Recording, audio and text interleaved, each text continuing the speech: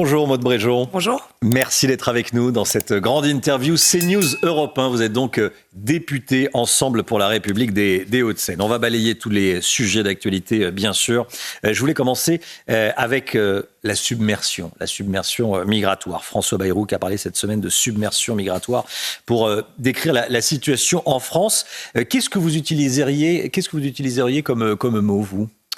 D'abord, au-delà du débat sur le mot, je crois que François Bayrou, il faut le dire, a le courage de nommer ce que vivent au quotidien beaucoup de Français, ce qu'ils ressentent.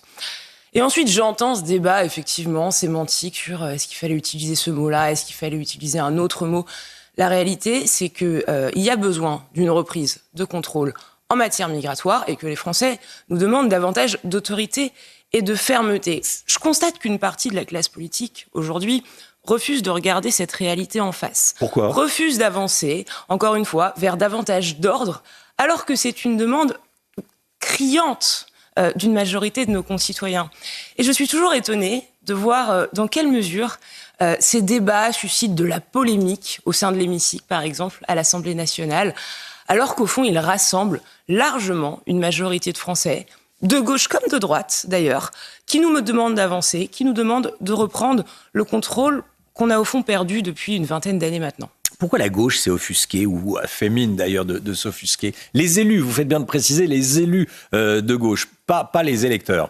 C'est très important, une majorité aujourd'hui, si j'en crois les sondages, des électeurs de gauche sont d'accord avec François Bayrou, réclament plus d'action, encore une fois, en faveur de davantage d'autorité. Et je crois qu'il faut qu'on soit capable de les entendre. Je crois que les députés, là, c'est pas uniquement une question d'autorité, c'est une question doivent être capables de les entendre. Et ensuite, je vais vous dire, moi, ce que je ressens en tant que députée, mais en tant que citoyenne. Il y a aujourd'hui une partie de la gauche française qui tente de nous imposer une forme de diktat moral, de la bien-pensance, cette espèce de bonne façon de penser en matière migratoire, qui est au fond extrêmement éloigné de la réalité de ce que vivent et de ce que pensent les Français. Qui peut dire sincèrement que l'immigration clandestine ne pose aucun problème de sécurité aujourd'hui ? Qui peut prétendre que nos modèles d'intégration et d'assimilation fonctionnent correctement ? Ceux qui prétendent ça, je crois, sont extrêmement déconnectés des Français aujourd'hui et ne regardent plus le pays en face. Donc, j'aimerais qu'on puisse, quand on est député du Bloc central ou d'ailleurs, tenir un discours de fermeté sur ces sujets sans être en permanence ramené à l'extrême droite. Parce que vous voyez, quand je vais sortir de ce plateau, j'aurai un certain nombre de messages sur les réseaux sociaux disant « Oh là là, regardez, Madame Bréjon est lepénisée ». C'est insupportable. On doit pouvoir aujourd'hui tenir un discours de vérité sans être en permanence ramené à Madame Le Pen. Et encore une fois, je crois que refuser de le faire, c'est être aveugle à ce que souhaitent les gens qui nous ont élus. La présidente de l'Assemblée nationale, Yaël Braun-Pivet, a dit qu'elle était gênée par le terme. Vous faites pas partie des gens qui par le terme de submersion. Je respecte sa position, c'est de toute évidence pas la mienne. C'est ce que j'ai compris. Vous n'êtes pas sur la même longueur d'onde que la présidente de l'Assemblée nationale sur ce point, donc. Non.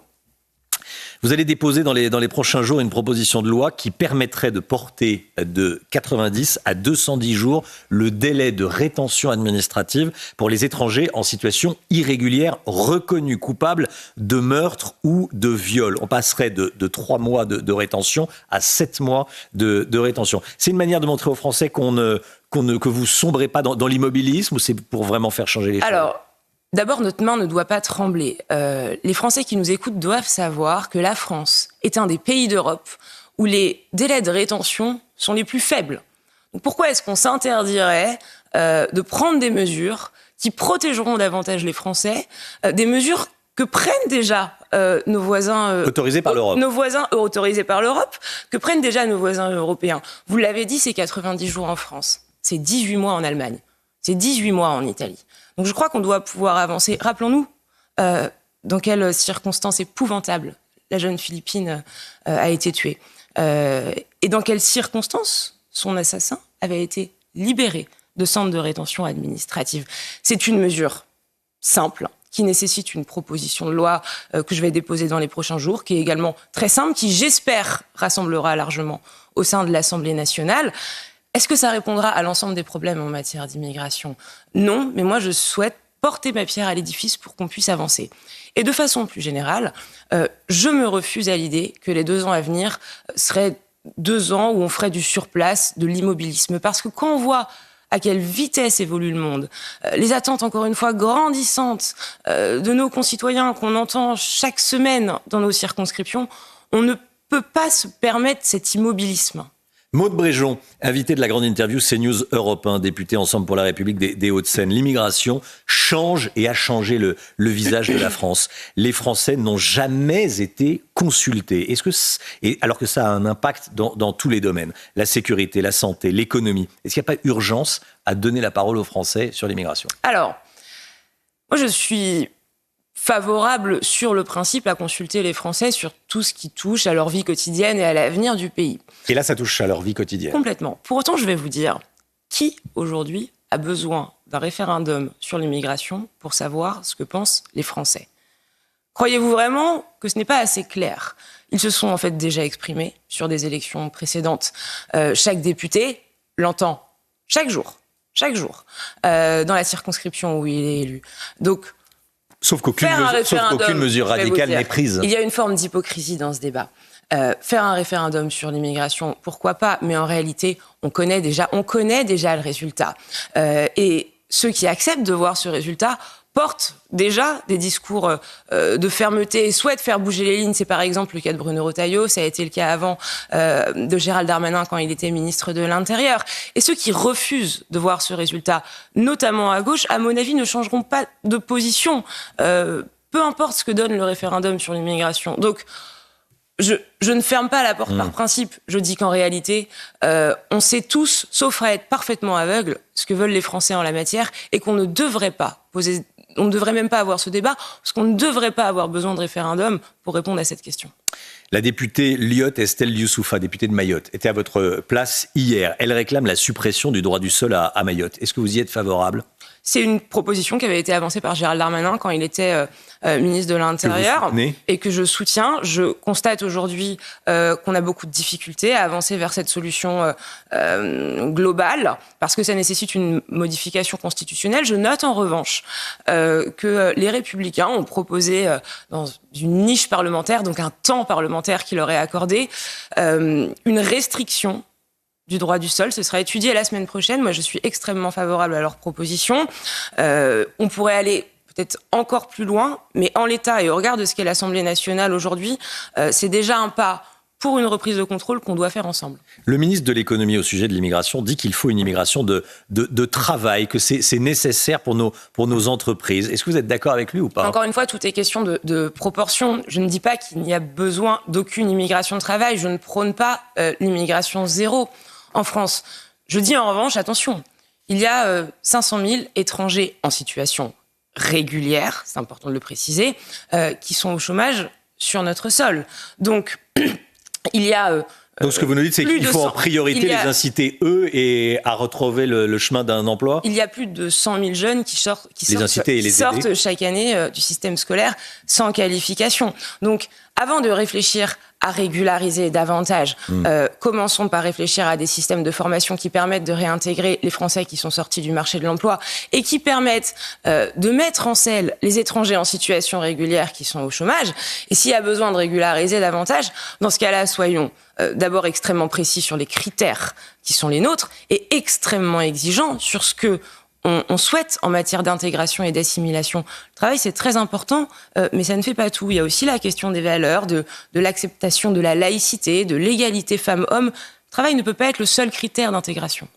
Maude Bréjon, invitée de la grande interview CNews Europe 1, députée Ensemble pour la République des Hauts-de-Seine. L'Algérie qui nous provoque, l'Algérie qui ne veut pas récupérer ses ressortissants, même ceux qui sont sous OQTF, même les influenceurs au message de haineux. L'Algérie qui incarcère un Français, un Franco-Algérien, Boualem Sansal, pour des raisons politiques. Comment faut-il traiter le problème algérien ? Il ne faut pas accepter de se laisser humilier. Et moi, je voudrais vraiment souligner... Et aujourd'hui, la France accepte de se laisser humilier. Et remercier le ministre de l'Intérieur qui, aujourd'hui, fait un travail absolument remarquable, qui semble parfois isolé dans sa détermination, mais qui ne lâche rien. Je vois qu'il a par exemple hier soir réaffirmé sa volonté d'expulser cet influenceur, qu'il allait convoquer une nouvelle procédure.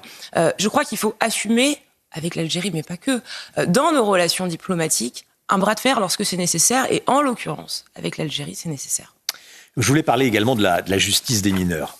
Elias avait 14 ans.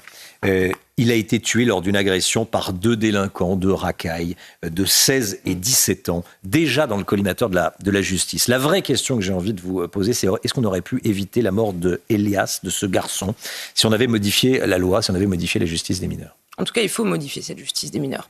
Être mineur aujourd'hui, avoir 16 ou 17 ans en 2025, ce n'est pas la même chose qu'avoir 16 ou 17 ans il y a 50 ou 60 ans.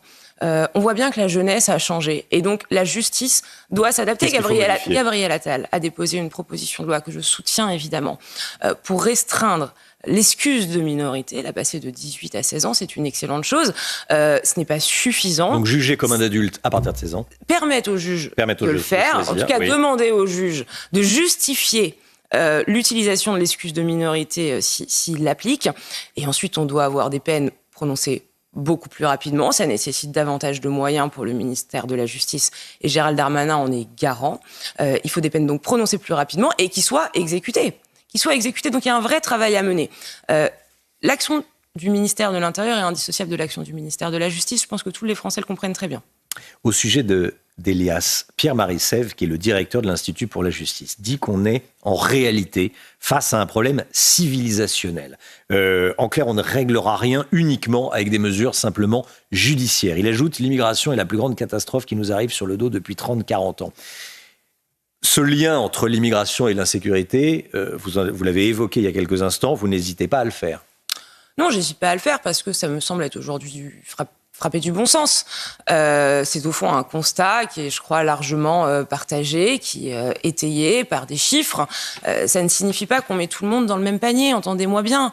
Et il y a aujourd'hui des personnes... Je crois que personne ne le fait d'ailleurs. Certains le font, mais ah bon il y a aujourd'hui, mais certains me reprocheront ça.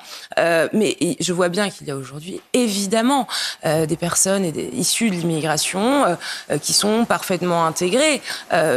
Mais pour autant, il y a aujourd'hui une immigration clandestine qui pose problème en France. Et il faudrait encore une fois être sacrément déconnecté pour ne pas le voir. Maude Bréjon, je voulais vous entendre également sur les déclarations de Bernard Arnault. Les grands patrons se rebiffent. Bernard Arnault, président d'LVMH, qui a eu des mots durs sur ce que prépare la France, sur ce qui se prépare. Des surtaxes, parce qu'on parle de taxes, ce sont des surtaxes, les entreprises sont déjà taxées, mais des surtaxes sur les entreprises qui produisent en France. Ça veut dire mettre des boulets à nos champions économiques. C'est pas exactement le contraire de ce qu'il faut faire que surtaxer ceux qui produisent en France. Alors, 2 choses. On est dans une situation budgétaire, vous le savez, extrêmement contrainte et ça nécessite effectivement des efforts partagés. C'est la première chose. Pour autant, je crois que quand un des plus grands entrepreneurs français sonne l'alerte, nous dit attention, il y a un vrai risque de décrochage, il y a un risque de délocalisation, il y a un risque de baisse des investissements et donc à la fin davantage de chômage, il faut qu'on l'entende. Je note par ailleurs que Bernard Arnault n'est pas le seul à tenir ce discours. J'entends le patron de Total, j'ai entendu le patron de Michelin, j'ai entendu le patron d'EDF.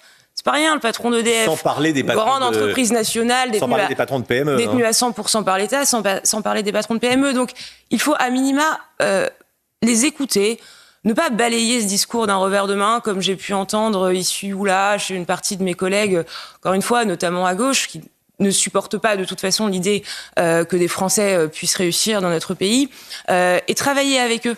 Moi, je crois que le monde politique doit travailler avec le monde économique. On ne sera pas toujours d'accord à la fin. Encore une fois, je crois que demander des efforts aux entreprises qui le peuvent, c'est aujourd'hui légitime, mais ça ne doit pas se faire au prix de l'emploi et de l'attractivité de la France. En tout cas, on doit avancer avec eux vers ce chemin-là.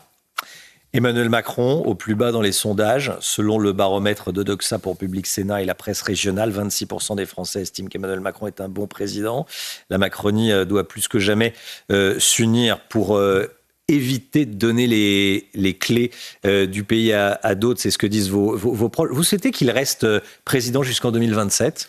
Alors, oui, et je crois que quoi qu'on pense et peu importe l'opinion qu'on peut avoir sur le président de la République, celles et ceux qui aujourd'hui demandent sa démission avec une forme de grande légèreté, s'attaquent en réalité de façon assez dangereuse aux institutions. Un président de la République, quel qu'il soit, encore une fois, qu'on l'apprécie ou pas, il est élu pour 5 ans, c'est le cas d'ailleurs de l'ensemble des élus, ils sont élus pour une durée donnée, et ils ont donc la légitimité d'aller au terme de leur mandat. Sinon, à chaque fois qu'on est mécontent d'un élu, on demande sa démission. Ça ne peut pas fonctionner comme ça. Merci beaucoup, Maud Bourgeon. Merci à vous. D'être venu ce matin sur le plateau de la matinale de CNews et d'Europe 1, grand invité de la grande interview CNews Europe 1. Bonne journée à vous, à bientôt.